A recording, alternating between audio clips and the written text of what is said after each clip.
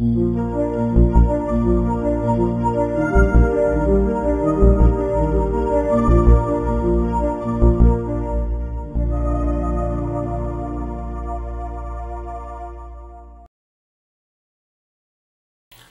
m'a demandé de présenter en quelques minutes les origines et les justifications ou la finalité du mouvement Humanisation dont je suis le président fondateur.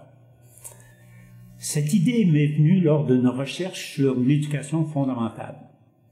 J'avais décidé, après un road trip allant large des États-Unis, que à l'avenir, je remettais en question ma profession d'éducateur, mais qu'en fait, c'est ce que j'aimais le mieux, et j'ai décidé de m'y consacrer pour le reste de la vie.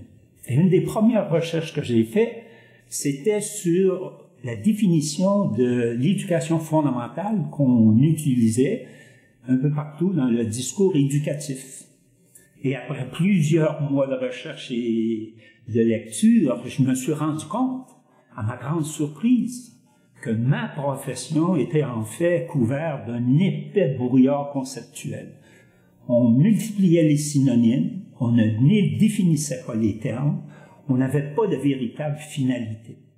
Et deuxième, je dirais, découverte, encore plus traumatisante si vous voulez, c'est que ma profession, qui se donnait comme finalité le développement intégral de l'élève, n'avait même pas de programme d'humanisation. Et en fouillant un peu davantage, en fait, l'humanité n'avait même pas une science et un art du développement humain, alors que nous sommes une espèce dont les membres naissent qu'en potentiel. Et donc, ces programmes d'humanisation auraient dû être la priorité d'une science, de l'éducation et, si vous voulez, de notre profession. Or, mon premier défi était de dire, mais pourquoi, avec toutes les connaissances qu'on possède sur le développement humain et ses différentes dimensions, l'éducation ne s'était pas dotée de programmes d'humanisation fondés sur une science et un art du développement humain, adaptés à chaque catégorie d'âge et surtout enseignés par des personnes dûment formées pour guider chaque membre de chaque nouvelle génération dans son processus global d'humanisation. Alors, c'est à ce moment-là que je me suis dit, cette tâche-là ne relevait pas d'un seul homme, et j'ai décidé de lancer un mouvement, le mouvement Humanisation, avec des collègues, des étudiants de l'Université Laval. Et nous avons mis en 2004 ce mouvement-là sur pied, qui nous a permis de, premièrement, s'efforcer d'établir les fondements conceptuels, philosophiques, biologiques, sociologiques d'une science et d'un art du développement humain, ce que nous appelons un programme d'humanisation. Depuis la création du mouvement, nous avons fait, si vous voulez, 6 colloques. Nous avons écrit des brochures, des livres, toujours sur le processus d'humanisation.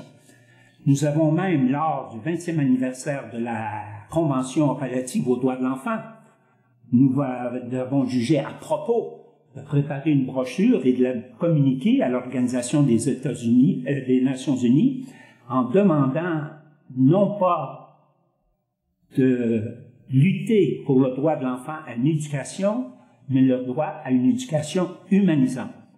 Parce que nous sommes convaincus que l'enfant qui vient au monde qu'en potentiel comme humain, son premier droit est un droit de devenir humain. Et à ce moment-là, ce droit-là coexiste nécessairement avec le droit à une éducation humanisante. Nous avons également fait de l'animation au cours des derniers 6 ans, avec des émissions à la radio, à la télévision. Nous avons écrit des articles pour toujours essayer de convaincre actuellement le peuple québécois et un jour, nous espérons, l'humanité tout entière, les convaincre de la nécessité, de l'urgence de mettre en place des programmes d'humanisation. Parce qu'actuellement, l'humanité tout entière fait face à une crise multiforme qui, selon plusieurs experts, menace directement ou indirectement, si vous voulez, l'avenir même de l'espèce humaine. Donc, pour nous, au mouvement humanisation, le défi incontournable, c'est d'arriver à humaniser davantage chaque enfant et chaque adolescent. Et humaniser davantage veut simplement dire les rendre plus conscients, plus rationnels, plus volontaires, plus autonomes, plus créatifs et surtout plus moraux, c'est-à-dire responsables dans la conduite de leur vie individuelle et collective. Et pour nous, cette tâche-là, c'est la tâche première de l'éducation obligatoire. Et le droit de l'enfant à une éducation humanisante découle de, si vous voulez, sa nature même.